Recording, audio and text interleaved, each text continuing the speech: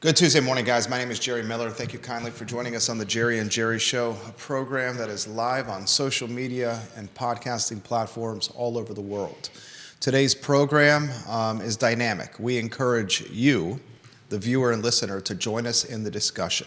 Share your thoughts, share your ideas, ask questions, share your concerns. I think there is quite a bit of concern in Wahoo Nation as this Virginia basketball team seems to be, at least in the early stages of the season, underachieving. A wise man once told me, his name Fletcher Arrett, the late Fork Union Military Academy postgraduate basketball coach, that in college hoops, anything before New Year's really does not matter. That may be the case, but it certainly will get the fan base riled up. And an SMU loss to the tune of 63-51 in Dallas, Texas, has a lot of us scratching our heads. We'll talk basketball with Hootie Ratcliffe. We'll talk transfer portal with the Virginia Sports Hall of Famer. Judah Wickhauer is behind the camera. He's our glue guy. If you can go to the studio camera and then a two-shot and welcome the Virginia Sports Hall of Famer. My phone is buzzing with questions for Hootie Ratcliffe already. First, Tuesday morning, my friend, good morning. Good morning to you, and hope everything is well. Everything is well? I've been under the weather a little bit, but I'm bouncing back. It looks like you've shaked it. Yeah, I think so. I hope I can get through the broadcast without coughing. But you got a little more color in the face. I feel a lot better. That's good. Almost feel human again. Well, it's great to sit across from you, per usual. We'll start, as we always do, open-ended. The awesome aspects of your columns, in particular, some of my favorite ones was the scatter shooting column. Scatter shooting, Hootie Ratcliffe, where would you like to begin? Well, I think the basketball team, I agree with you. I think Virginia was a better team than SMU, but it's tough to go on the road, especially back-to-back road games where you weren't at home in between, because they flew from Florida to Dallas. So, but that wasn't the problem as much as having two starters essentially miss the entire game, with Day Ames going down after 7 minutes with an ankle issue that we still aren't sure the degree of that injury, and the fact that Elijah Saunders was in foul trouble the entire time and practically didn't play at all. And that's two of the main characters in your lineup, and to go on the road like that and be missing those two key players is like playing with one hand tied behind your back, and we saw the result. And Virginia, as Tony Bennett used to say, walks such a thin line that you can't afford for that to happen, because it's still a young basketball team, and there's just no one there to come in and step into those roles and make an impact at this point. Before the season's over, there probably will be, but at this point of the season, it's just too early for them to be able to bounce back from something like that. And I think that's why we saw the scoring droughts and why we saw the Mustangs be able to go on a couple of runs like that. They just didn't have the personnel to stop it. Significant scoring droughts against the Mustangs. Waynesboro's finest, Kevin Yancey, says good morning to the crew. He also wants us to talk about the transfer portal and the concerns with filling out the roster. That is certainly a topic we'll talk about today, Mr. Kevin Yancey. Olivia Branch watching the program. Thank you kindly for watching us. The TV station down the road watching us right now. I'm going to be very straightforward here. Ron Sanchez has said to all of us, the only thing that separates me from Tony Bennett is a boatload of victories and in titles and championships. A little over 300. A little over 300. He referenced the fact that Tony's got a lot of wins. I don't have a lot of wins, right, but we run the same program and we coach the exact same. Very straightforward question for you. In a transfer portal era, does the pack line, a slow-down tempoed offense that really is trying to minimize possessions, and Bennett basketball, does that still work today? Well, we'll see. It's going to be a great experiment to see how that develops under Ron. Certainly he's a disciple of Tony Bennett and tries to do things the same way. I'm sure he's coaching his butt off over there trying to advance the youth of this team. But it's awfully hard to get young players to grow up quicker than they're ready to, and so that's a little bit of a handicap. But that's the big question right now is because you look at the starting lineup. Day-Day's new, right? Elijah Saunders is new. Mm-hmm. You're playing Kofi in a very key role. Yeah. You're trying to get TJ Power up to speed, and TJ Power, frankly, looks like he's not going to get off the bench this year, at least at this point of the season. You got key guys on the team that are completely new to the program, trying to learn a nuanced defense and offense. Yeah, and that's the challenge. And in a developmental program like this, it's a great experiment to see if they can advance those guys and how long does it take for them. It may be on an individual basis on how quickly some of these guys can learn and adapt. We won't know the answer to that for a while, and it's going to be the challenge of Ron Sanchez into whether he can take the interim tag off of this job title as to whether he can develop these guys into some kind of fans' expectations and his own expectations as to whether these guys can duplicate Tony's success and get to the NCAA tournament and be effective in the ACC. And can you do that in this day and age with transfer players trying to learn something that sometimes will take a year or two?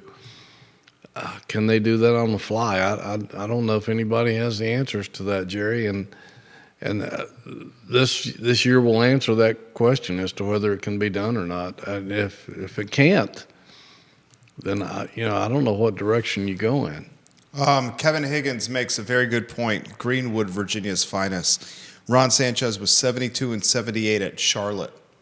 I'm sure he's a great guy and understands Tony Bennett's coaching program well. It's one thing to understand a process, but a coach has to adapt in a split second in real-life conditions. I just don't see it happening. These are young men, but we are ages away from hanging with the Duke Blue Devils and the top teams of the UNC, the top teams of the ACC. I love UVA, but no dice, guys. UVA basketball and football will unfortunately be at the bottom for a while. This comment this type of comment is everywhere right now on the feed. Yeah, no, he could be right. I don't know how you turn the football program around with they're losing 50-plus players. They lost roughly half the roster to exhausted eligibility. Right. And then more players have entered the transfer portal. 13 players entered the portal yesterday. I haven't checked today to see if there's any additions or not, but certainly it's easier in basketball because the numbers are significantly different. But again, we're talking about the developmental program as compared to Duke and Carolina, where you have to learn their systems, but it's not quite as complicated in terms of the pack line. I mean, it's tough, and in all fairness to Ron Sanchez, he took over a Charlotte program that was pretty much bankrupt, and he did build them into a winner. He had his best season at the end there with more than 20 wins, but and that was his first head coaching experience and all that goes with it. But I mean, he was given the keys to a Jaguar, and we'll see if he can drive it. I don't know. I mean, it's we're in a wild frontier that we've never seen before, and it's going to test people like nothing has ever tested them before. And it's almost like it's the haves and the have-nots, and we're seeing things change week by week, Jerry, like with the news you mentioned when we came on the air about Virginia Tech's decision on the money thing. This is bananas. You want me to pass it along to them? Yeah. Go ahead because I haven't read the story yet either. So I haven't even finished reading the story. I don't know the details. This was released this morning. I haven't even finished reading the story. Virginia Tech plans on distributing. This is reported. This is news passed along to Bill Roth, Virginia Tech play-by-play broadcaster. He sat down with Whit Babcock on Friday, the athletic director of Virginia Tech, and now the Roanoke Times, Damian Sordelet from the Roanoke Times is reporting it. I'll read a few paragraphs from the story. Virginia Tech plans on distributing the maximum amount allowed in revenue sharing with student athletes for the 2025-2026 school year. Hokies athletic director Whit Babcock confirmed this in a sit-down interview with Bill Roth.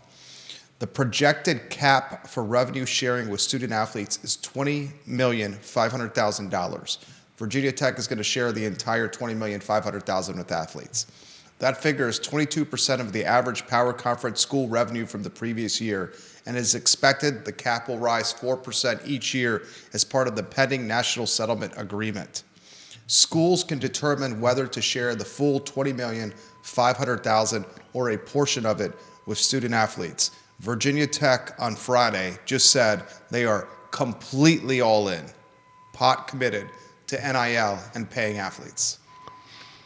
Well, that's significant. It's going to be interesting to see what Virginia does in light of that. And like I said, things are changing week to week, and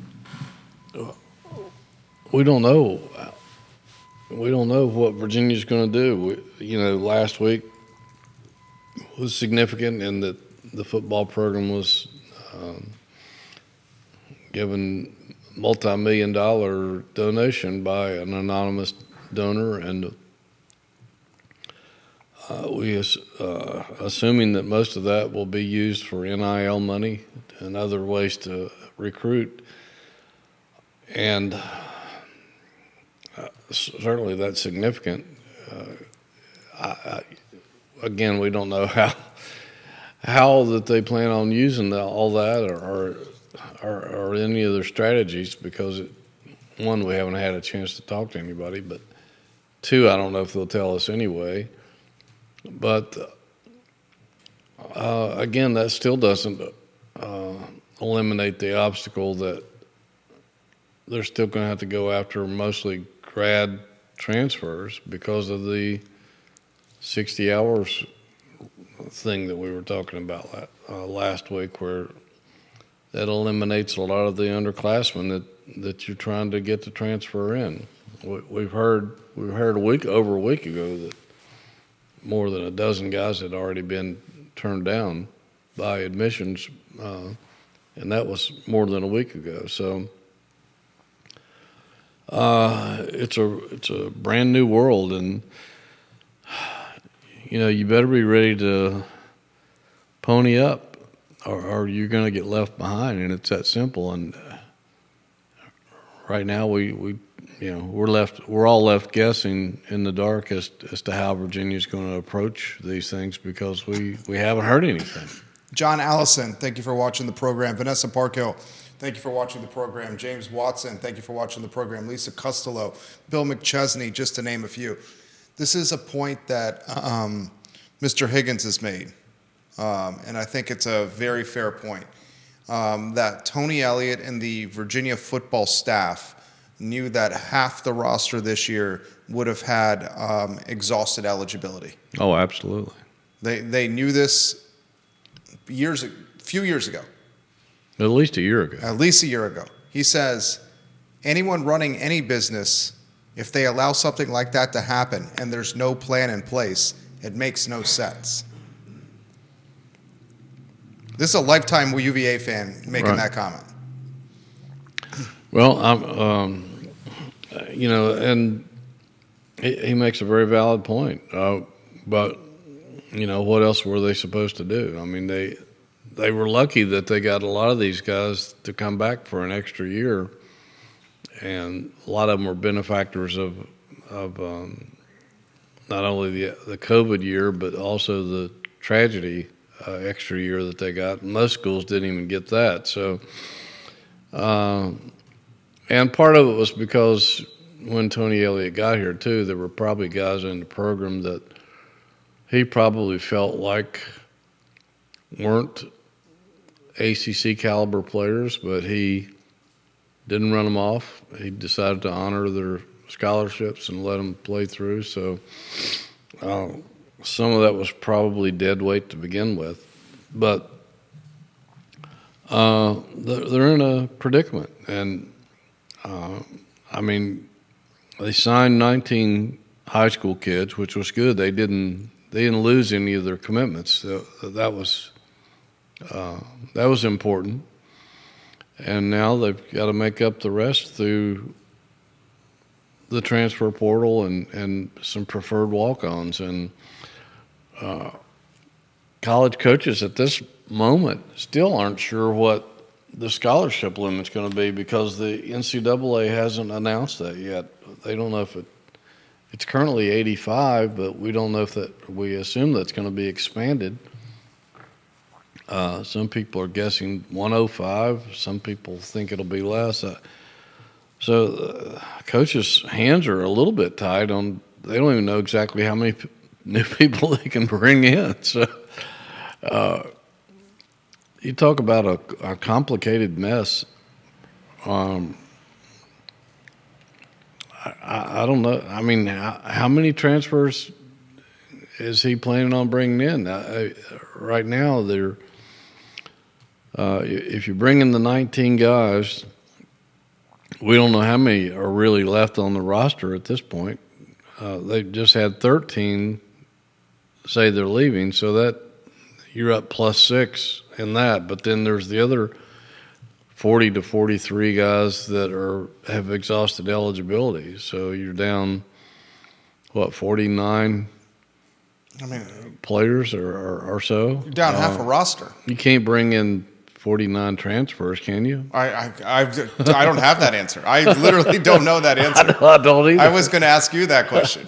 I mean, you can if you're Colorado. And is half his roster going to be transfers? It's got to be.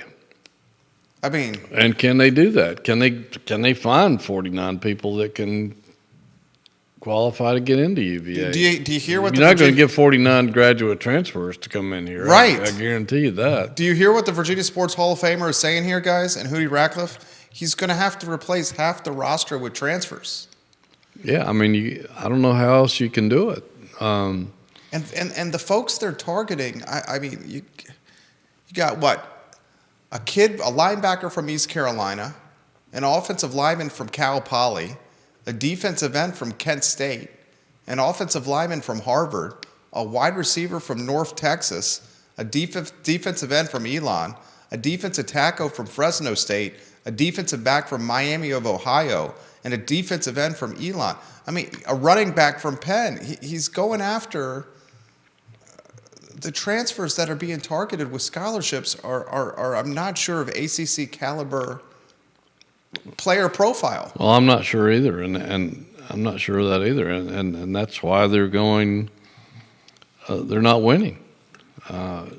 You can't win. I mean, you can take some of those guys and they can fill holes, and some of them are obviously better than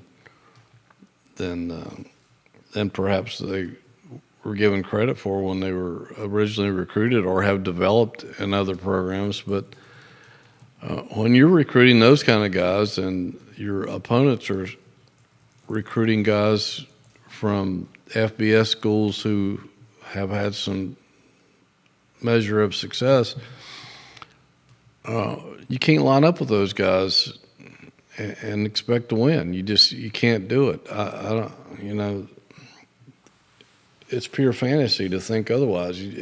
I know that you feel like you can coach players up and all that stuff, but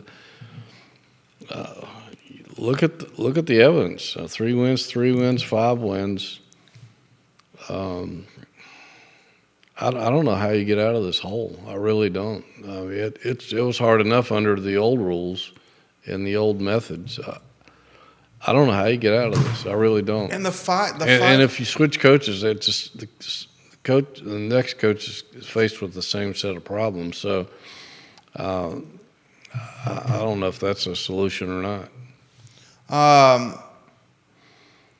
You'll love this comment. Dave, is it Scarangella? Scarangella. Says, how come you never age, Jerry Ratcliffe? The only difference. He and I worked together a long time That's ago. what he's saying. The only difference between what I'm seeing on my screen and what I saw looking across the desk at the Southwest Times in Pulaski many years ago is you don't wear glasses anymore. And don't tell me it's all due to clean living.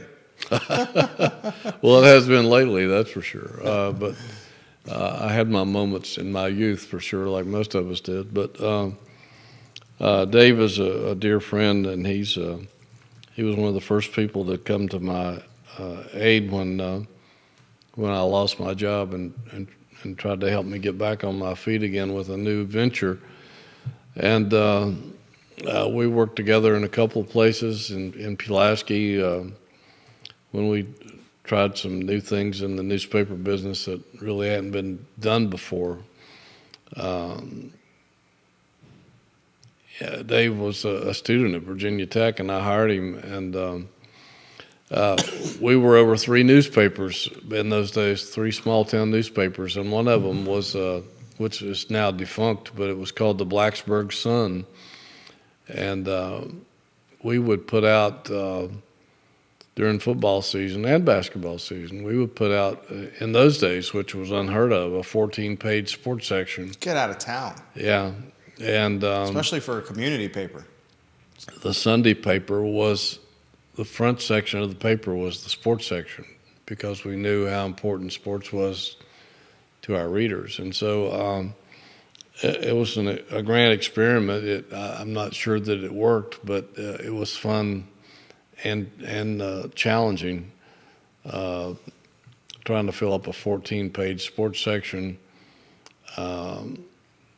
with with a lot of space in it. And sometimes we were scrambling at 2 o'clock in the morning to run 30-inch soccer stories from But you had a lot of agate over there. the New York Cosmos or somebody.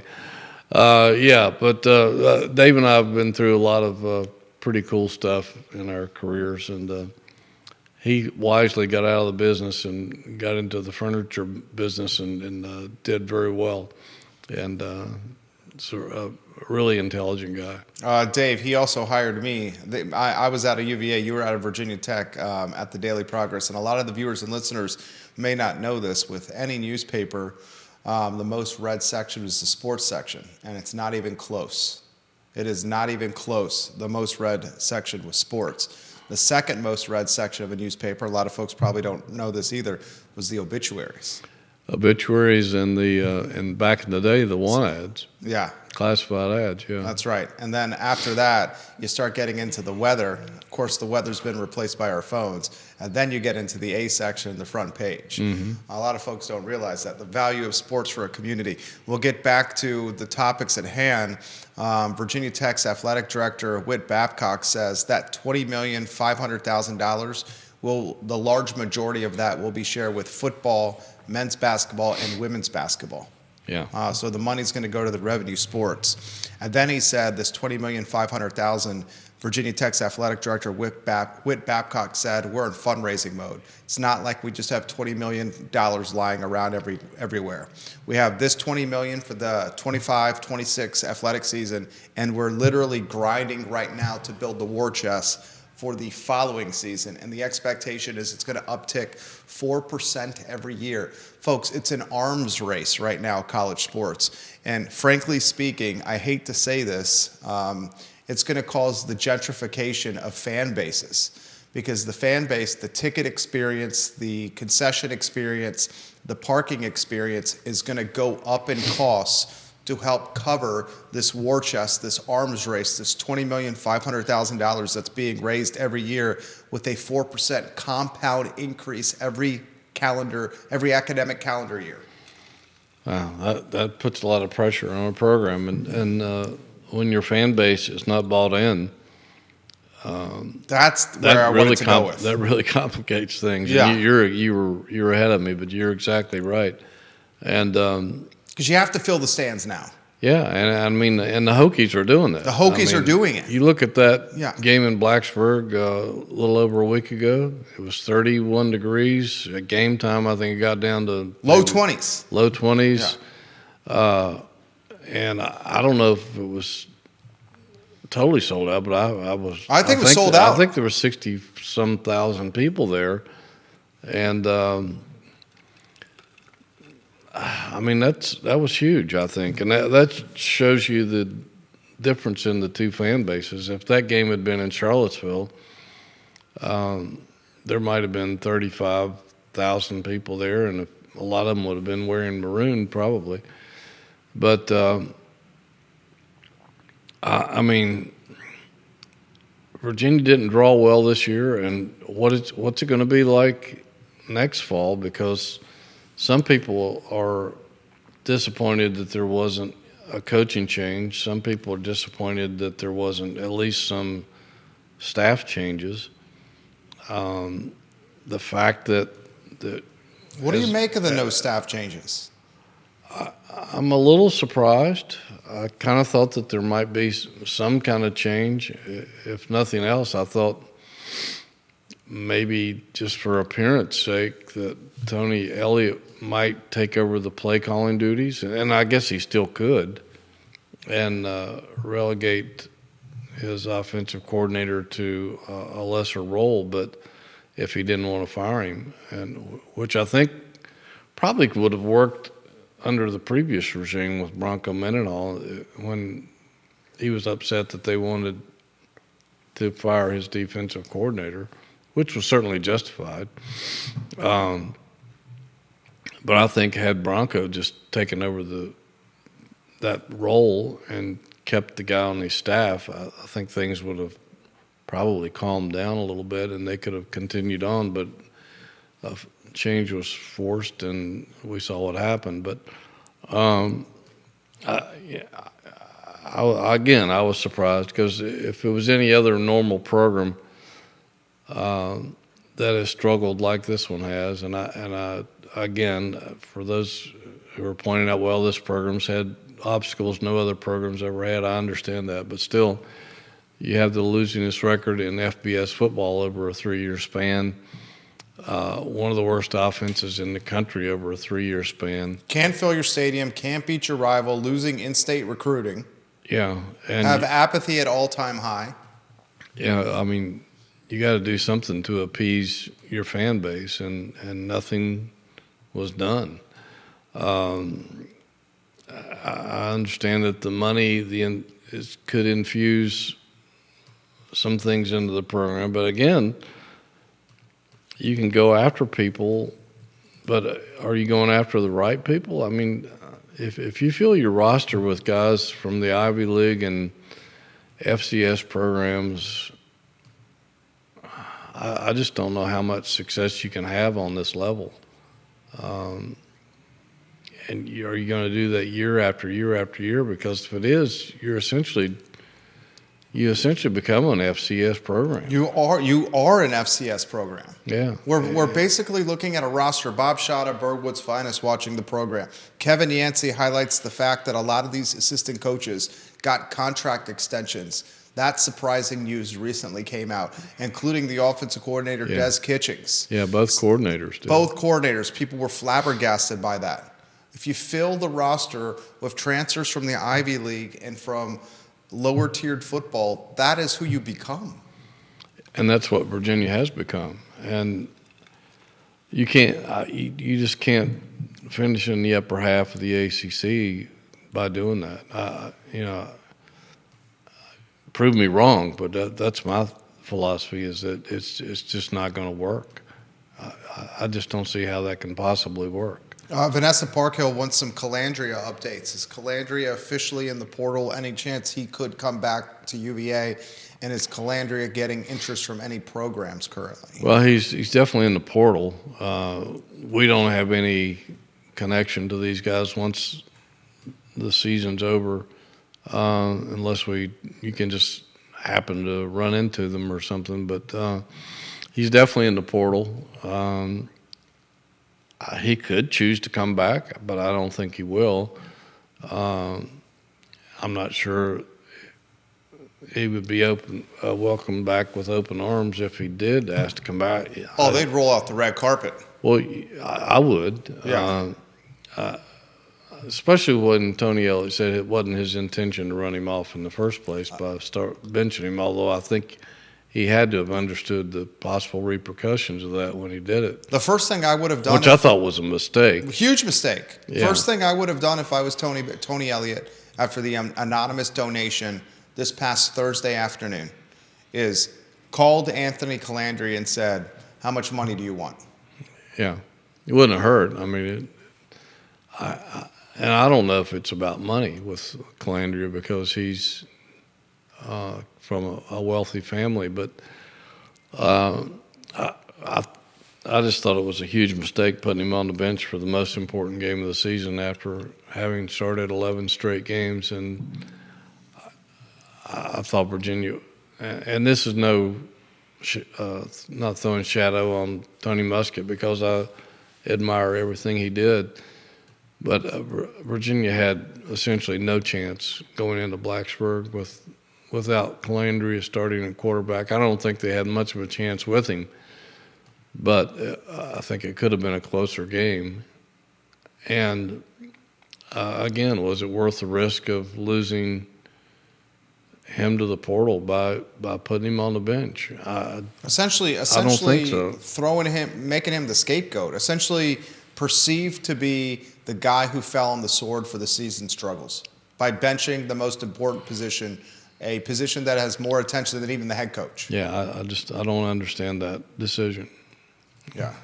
It's Bob Shotto's got a question. James Watson's got questions are all over the feed today, and I understand why. James Watson, what is the minimum amount of money that is needed to be donated to make a difference? Since we don't know what that donation was. So what Mr. Watson, who's a UVA graduate and a proud supporter of UVA athletics, is saying. How much money do we need to have a true impact? I'll try to add some color to that, some background to that, and then pass it along to you. The Roanoke Times story that's out today, Virginia Tech is going to share the full amount, $20,500,000 for the upcoming athletic season, and that $20,500,000 is primarily going to be shared with athletes football, men's basketball, and women's basketball. You got to believe that football and men's basketball are going to get the large lion's share of this. Virginia Tech is also saying it's raising money for the 2026-2027 season literally right now. I threw it to Hootie, and Hootie made the perfect analysis that Virginia Tech is filling its stadium, Lane Stadium, with fans, which allows it to continue filling the war chest with more money.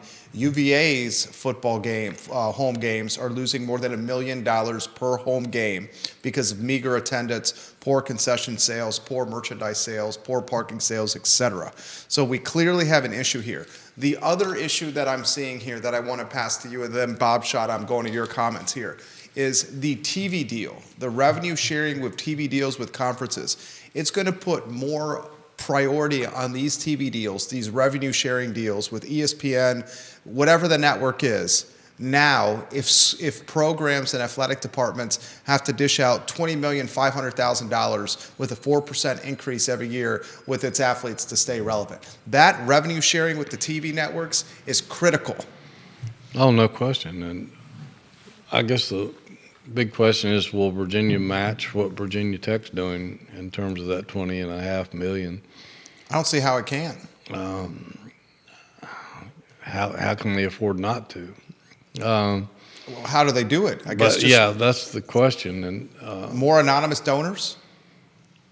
Well, that's what the anonymous donor was hoping for with his gift or her gift. I don't know who. Obviously, don't know who it was, but that was one of their expressed desires, was challenging other people to step up and contribute and try to get Virginia over the hump. But is money alone going to do that?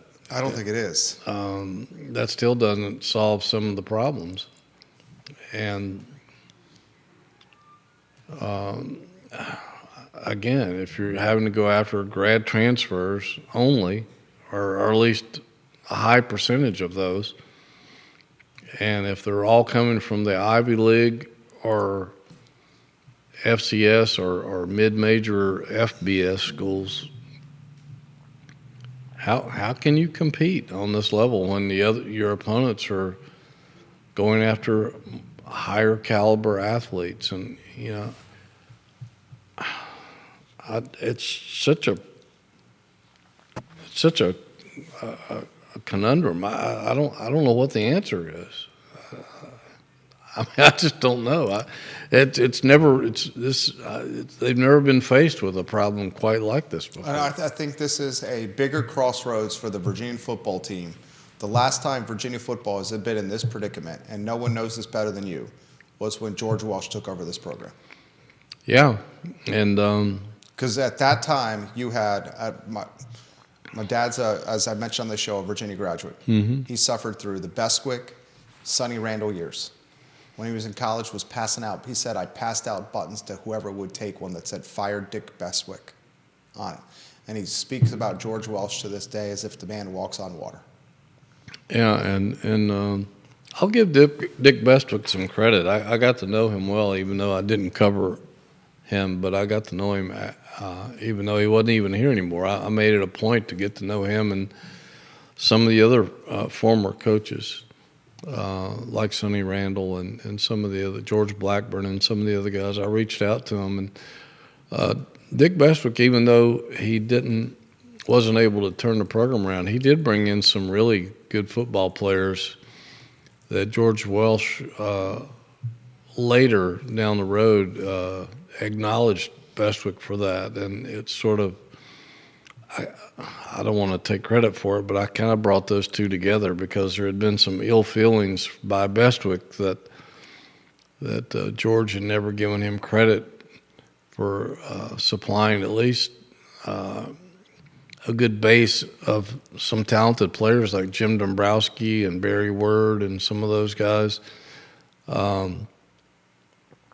that George won with and were key players in turning the program around. And George finally admitted that down the road, and I got a picture of those two together, and it meant the world to Dick Bestwick that George gave him some credit for that. But, still, even though Bestwick had brought in some talent, he wasn't able to turn the program around, and George was a miracle worker in the fact that he built on that and had a winning season in his second year and had Virginia in its first bowl game ever in his third year and beat the number 2 team in the Big Ten in the Peach Bowl in a very physical football game.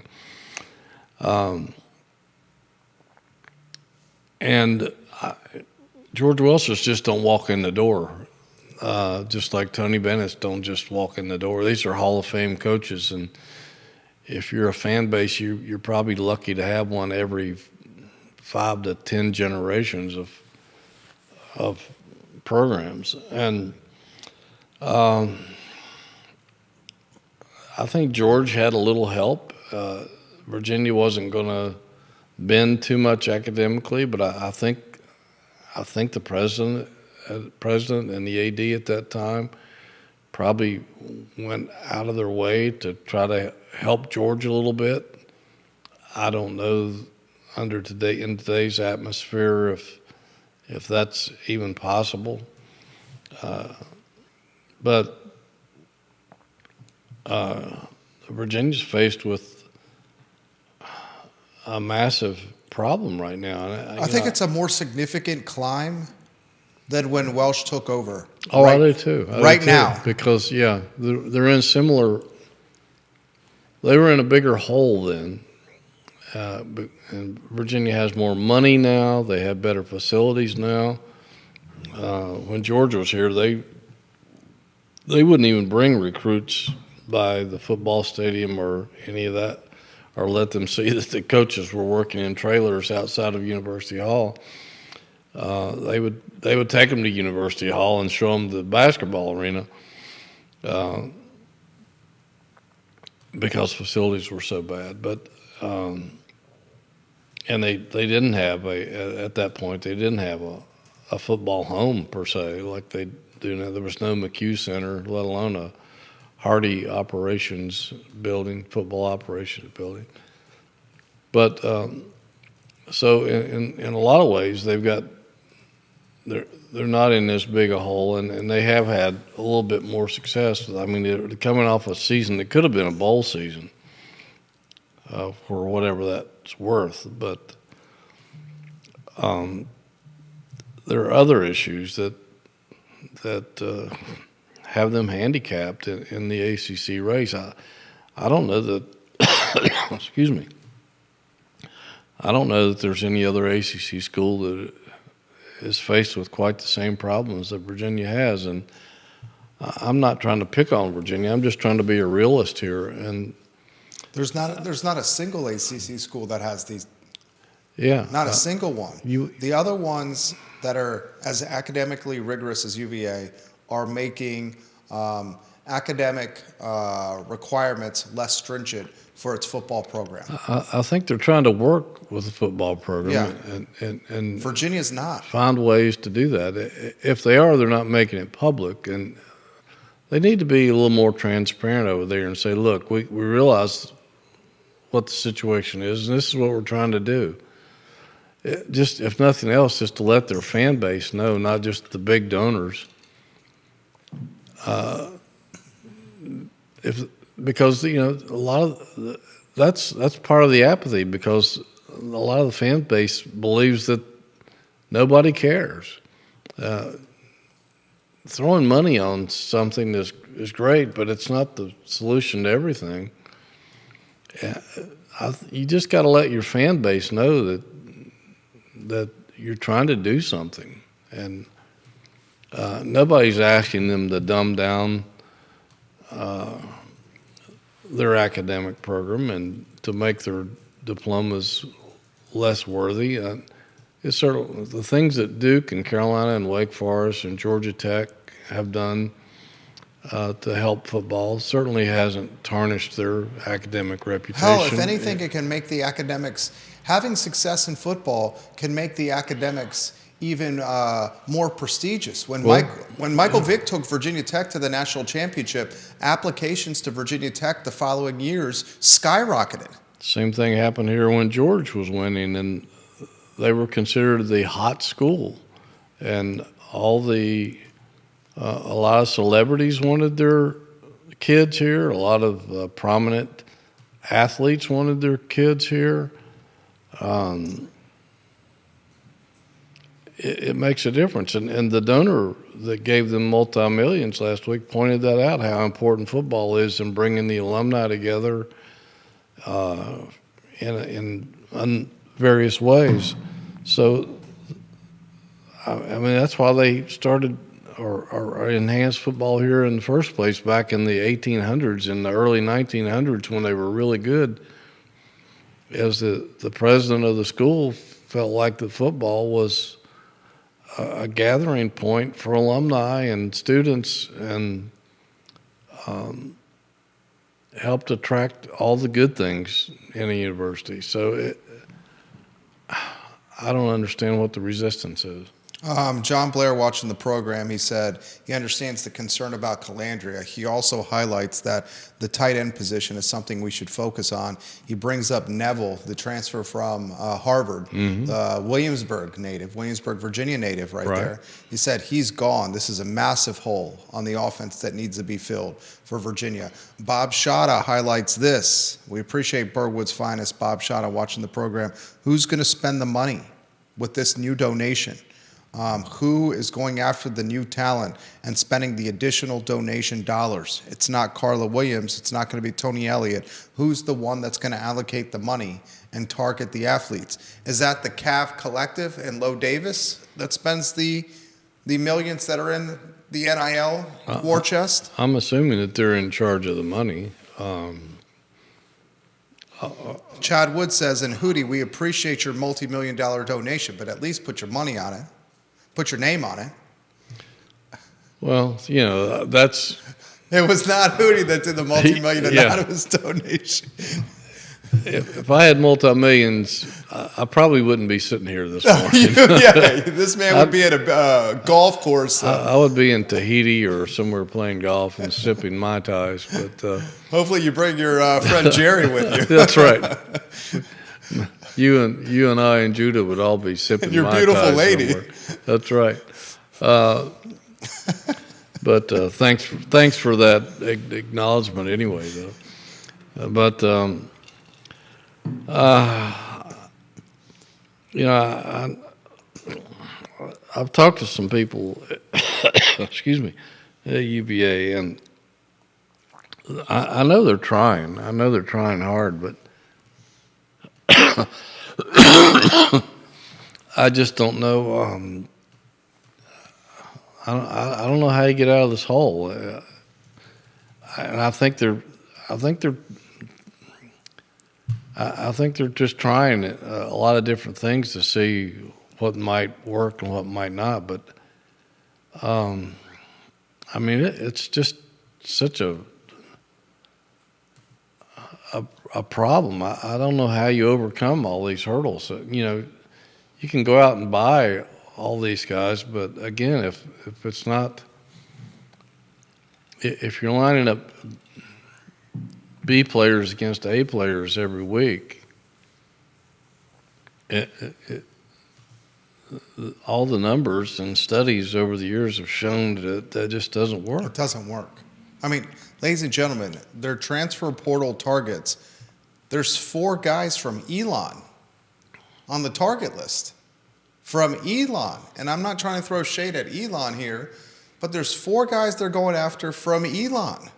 John Allison says $20,500,000 for football, basketball should be pocket change for an institution that has a $14.5 billion endowment. This comment's come in. I mean, the show's on fire. Jeremy Wilson asked the question, how much of this mess, and I think the word mess is appropriate. Good word. How much of this mess is tied to Carla Williams? And how much of this mess should be put at the feet of President Jim Ryan? Well, they both are responsible for this to some degree because they're the leaders of the school and the program. And again, they don't communicate that much with media, at least sports media. They don't have press conferences. They don't even put out press releases as to what they're thinking or what they're trying to do to resolve things. Even the multi-million-dollar gift last week, there was no comment from either one of those two in the release. There wasn't. I was shocked by that. I think most of us were. It was the deputy athletic director who... and Lo Davis. Yeah. And, I mean, where's the leadership? There's got to be some leadership in this. And I know that they're working behind the scenes to try to tackle the problems, and they don't want to share what they're doing with the rest of us. But again, I think they owe something to the fan base to at least acknowledge that they're trying to do something other than just throw money on the wall and see what happens. James Watson's got a great question. This is a UVA graduate. Guy who bleeds orange and blue. Gentlemen, who would be the one to make the decision to adjust the admissions? We all pitched the arguments that Notre Dame, Duke, and Stanford, I will add Michigan to the list. They work with high-achieving academic student athletes with admissions guidelines. Is UVA the only major conference school that's kind of resistant to academic admissions changes for its revenue sports? Well, it's the Board of Visitors, I would think. I think they would have to put their stamp of approval on any such kind of thing. And again, I don't think football fans are asking them to dumb down the academics at Virginia. I don't think they're asking them to do anything to devalue the diploma. I think they're just trying to make it a little more equitable for these guys to be able to compete in their own conference against schools that have just as good, or in some cases better, academic reputations than Virginia does. I mean, you're referencing Duke there, aren't you? Yeah. You're referencing Stanford. Yeah, and Cal. And even Carolina, some people may scoff at that, but their academic rating is pretty high up there. 100%. So people that just jump to the assumption, well, we don't want a bunch of dumb jocks coming in here ruining our diplomas or dragging down our reputation. That's not what anybody wants. Even the most rabid football fan doesn't. That's not the aim of all this. It's just to try to make things a little more fair and a little easier for these guys to get into school. Once they get in, they've got to do the work like anybody else. And it's not saying take dummies to get into the program. It's just to be more fair with the hours thing. I mean, you can't ask somebody to come in. Even Tony Elliott said morally he can't ask somebody to come in and expect them to do 60 credit hours of work in 1 year, and it's not fair. But other schools have figured out ways to where I think, from what I've been told anyway, to where that's not the case. They made it a little easier for those guys to survive. I mean, and another thing that is just being completely lost by the folks that are making the argument, the dumb jock argument, is these football players and basketball players. Hell, I'm even seeing it with play a lot of squash over at the Boarset with the squash players. These guys are working they're working a job that normal students aren't. Being a part of these teams is hours every day in the season. And the football and basketball, the off-season. And the off-season, yeah. And the football and men's basketball team, I mean, this is a year-round job. Like, they're traveling, they're working out, and on top of being students. I mean, to say that these are nothing but dumb jocks is just a mischaracterization of what is actually happening. Oh, no question. I mean, if you talk to these kids, if you sit down and have a conversation with them, you realize that they're not like that at all. These are very intelligent kids. Their day is incredibly driven and motivated. Right. Their day is so micromanaged in time slots and organized versus the average student that may have 2 hours of class every day and a couple hours of study and the rest of the time playing Xbox, doing some partying or doing whatever we used to do when we were in college. Yeah. I mean, Hans Montana, on your Twitter account, Bill Belichick's vision for the North Carolina football program would position the Tar Heels as a premier pipeline to the National Football League. Multiple folks are highlighting that UNC is conversating, courting, dating Bill Belichick right now. That, we don't know where it's going to go. The concern by some is his age, but he's got a succession plan with his son. Yeah, and which is a pretty intelligent plan. That was a brilliant plan. I mean, I knew about that before the story even broke because one of the main Carolina beat writers is a good friend of mine, and he told me about this 3 or 4 days before it became newsworthy.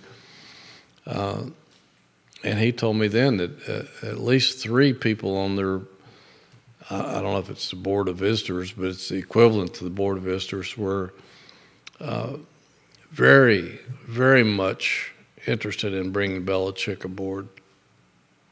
And Belichick's plan, the pipeline plan, was brilliantly outlined. And that,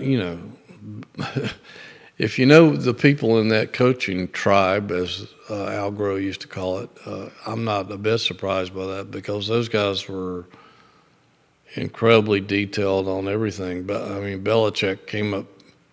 His dad was one of the Naval Academy guys, and they were very close to George Welsh and that whole operation, and certainly under the Parcells' thumb print. And Al Groh used to give me incredible insight into how Parcells ran his organization, and it passed down into all those people in his coaching tree. So I'm not a bit surprised how detailed and thought out Belichick's plan was.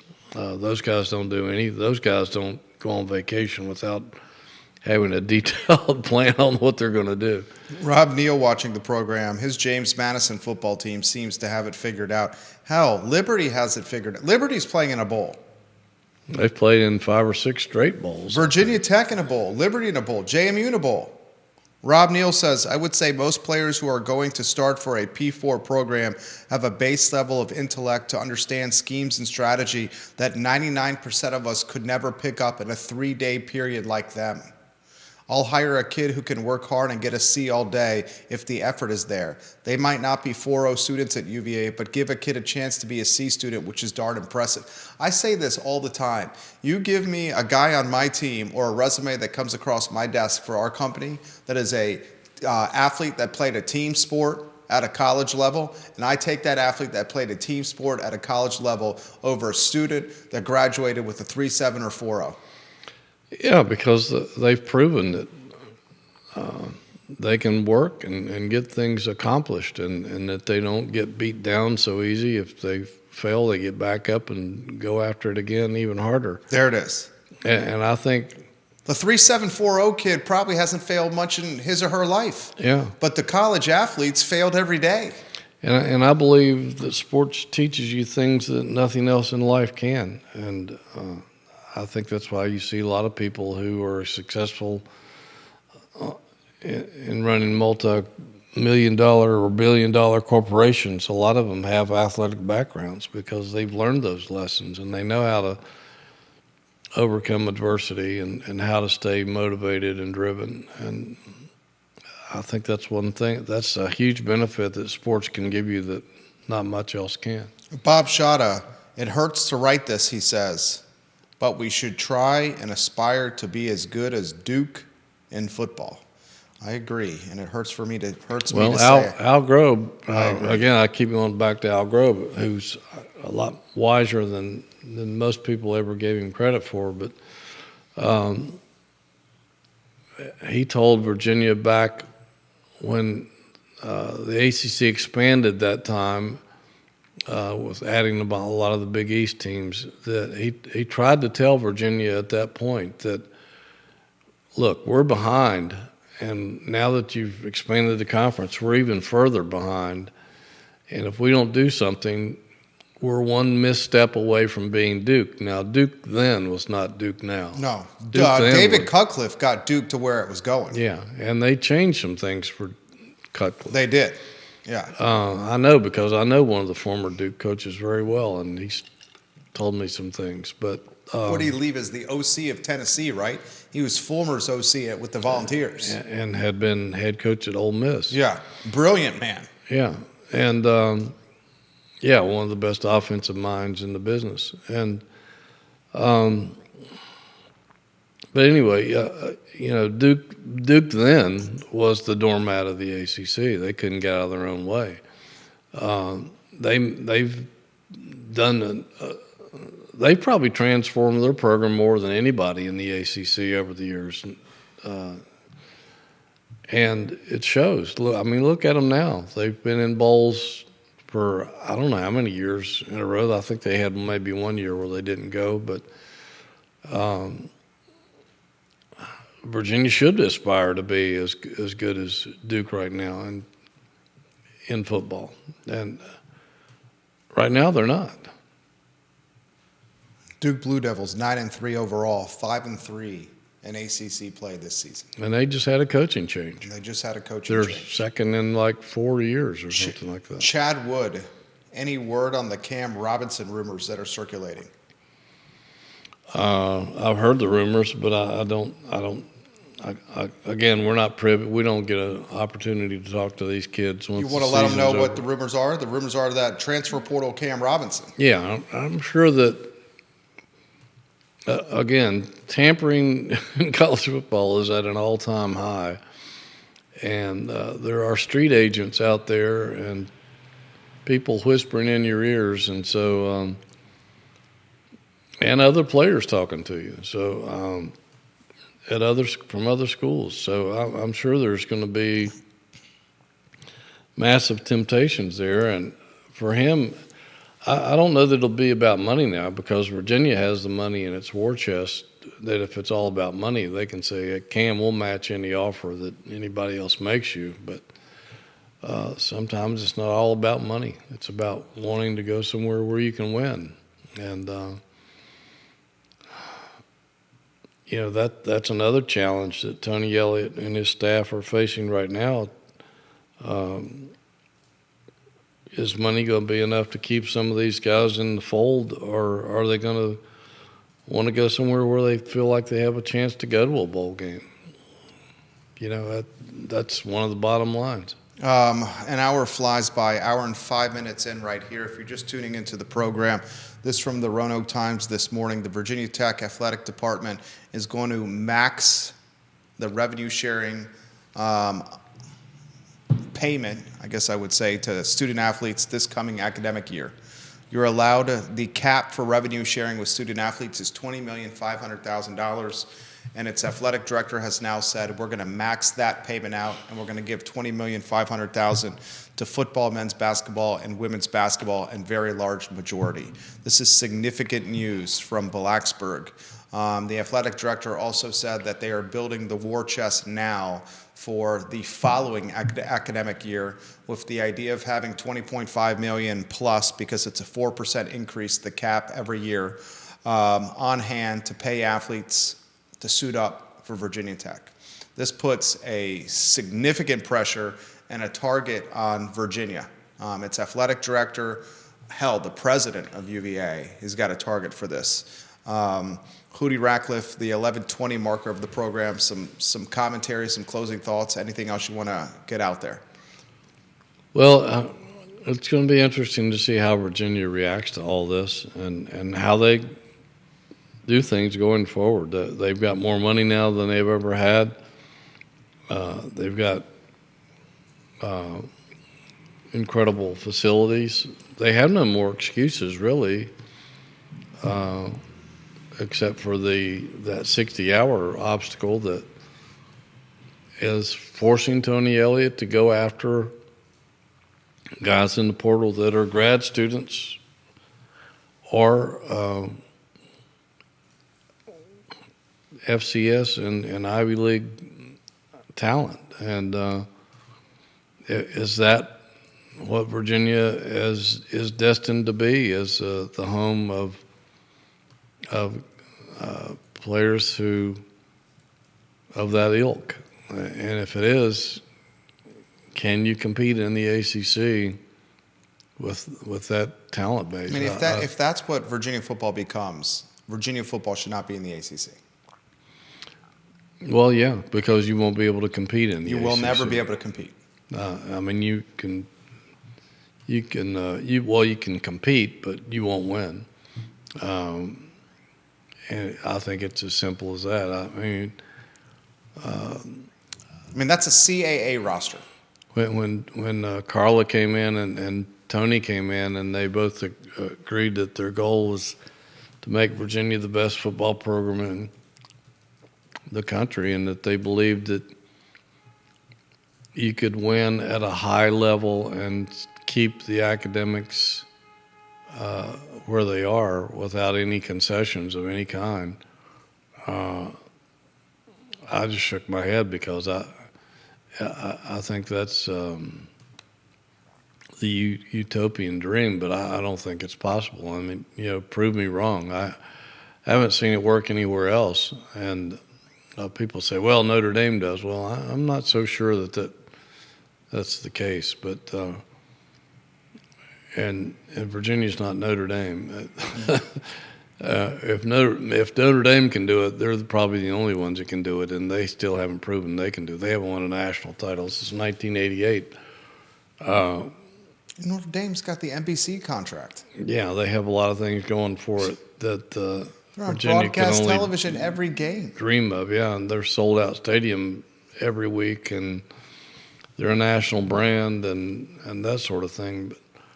But they're in a league of their own in that respect. But the best comparison is Duke. Yeah, I mean, Duke is in the conference. They're a state away. They've been an afterthought in football. They've got stringent academic standards. Football was an afterthought for Duke. And then finally, the wealthy alumni said, we need to turn this around. They got an offensive wizard. The head coach they have now, didn't UVA have on a short list at one time? Well, the previous head coach, excuse me. It came down to him and Tony Elliott here, right. Apparently. That's what we were told anyway. Duke is the barometer. I can't believe I'm saying this, man. Duke is the barometer for football. Yeah. It's just... And, I'm very familiar with... It was laughable 15 years ago. I used to cover Duke before I came here. And so I know all the ins and outs of Duke. And George Welsh used to hate to go to Duke because it was such a dismal atmosphere for football. I mean, Duke crowds back then were like Virginia crowds were before George. They just came to party and then they would leave. And like George said, they read poetry over the PA system before the game and at halftime. And they used to have a track around their football field inside the stadium, and I mean, it was Duke football was a joke. They had a wooden press box that seated about 30 people, and I mean, it was awful. And look at them now. What's the head coach? You can turn things around if you want to, and you get the main alumni, you get the board of visitors, you get the president, you get all the right people behind your program, and you want to do things to make your football team successful. That's what Virginia has to prove, is that they really, truly want to make this football program successful. And, why not? I mean, the motto at Virginia has been, we want excellence for everything that we put our brand on. So why not do it for football? You really don't have to cheapen your education or your diploma to make football successful here. You just don't have to do that. Well said. Jerry Ratcliffe, JerryRatcliffe.com, the publisher and president of JerryRatcliffe.com, the Virginia Sports Hall of Famer. Since 2013, the Duke football team has had only 4 losing seasons since 2013. And in that period of time, they've been to the Chick-fil-A Bowl, the Sun Bowl, the Pinstripe Bowl, the Quick Lane Bowl, the Independence Bowl, the Military Bowl, and the Birmingham Bowl. They have been to 7 bowl games since 2013. They have a 10-win season in that stretch. They've had 3 coaches, Cutcliffe, Mike Elko, and now Manny Diaz. And currently they're ready for another bowl game. This football team, I cannot believe I'm saying this, is the barometer for Virginia athletics. They've had 3 coaches in 4 years. 3 coaches in 4 years, yeah. Cutcliffe, Elko, and Diaz. Yeah, and still win. And Virginia's had the same coach for 3 years and has the worst record of any of the power conferences over that 3-year period of time. Yeah. And no coaching changes were made. Right. And half the roster is empty. Yeah. And half the stadium is empty. Yes. I mean, it's been, I just don't understand what's going on here. I could spend 2 hours with this man. He's an A-plus person, Jerry Ratcliffe. Judah Wickower, A-plus person behind the camera, the director and producer of the program. We've dubbed him the glue guy of the show. We encourage you to visit JerryRatcliffe.com. I was on it this morning over a cup of coffee and my Honey Nut Cheerios. JerryRatcliffe.com. Thank you kindly for watching the program. So long, everybody.